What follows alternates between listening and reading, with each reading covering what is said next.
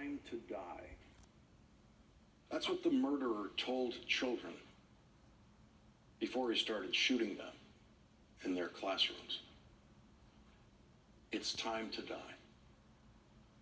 We don't know that because the official dispensers of information controlled by Republican Governor Greg Abbott told us that.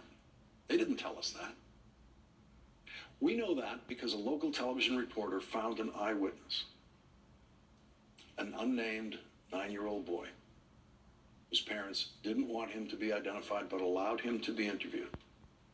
The boy hid under a table that was covered with a tablecloth. That's why he's alive. That tablecloth blocked the murderer from seeing this 9-year-old boy under the table.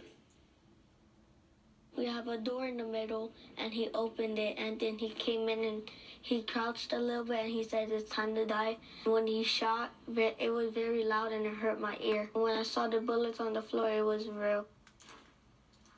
It's time to die. It was real. The boy was hiding under that table with a friend. He saw his teacher get shot and killed. He saw another classmate get shot and killed by the gunman as the police approached the classroom. I was telling my friend to not talk because he's going to hear us. The cop said, "Help if you need help." And then one of the persons in my class said, "Help." The guy overheard, and he came in and shot her. And then the cops barged into that classroom, and the guy shot the cops, and the cops just started shooting. If that sounds like bad police work to you, that the police, in effect, caused a little girl to be killed because they encouraged the children to say help, that is not the only possibly bad police work that happened that day. The police department in Uvalde is located 1.2 miles away from the school, and it took 14 minutes from the 911 call for police to arrive at that school. They could have arrived within 3 minutes, but they didn't. Republican Governor Greg Abbott went to Uvalde, Texas yesterday to have literally the biggest press conference we have ever seen in the aftermath of a school shooting. State police officials were there, local police officials were there, federal law enforcement representatives were there, Lieutenant Governor was there, both of the state's Republican senators were there. They were all there to support the story Governor Abbott wanted to tell, a story he wanted to be true, but now we know is not really close to true. Officers with the Consolidated Independent School District, they approached the gunman and engaged with the gunman at that time. The gunman then entered a back door and went down 2 short hallways and then into a classroom on the left-hand side. The gun room entered into that classroom, and the classroom was connected internally to another classroom. Border Patrol, Consolidated ISD officers, police, sheriffs, and DPS officers converged on that classroom, and a Border Patrol officer killed the gunman.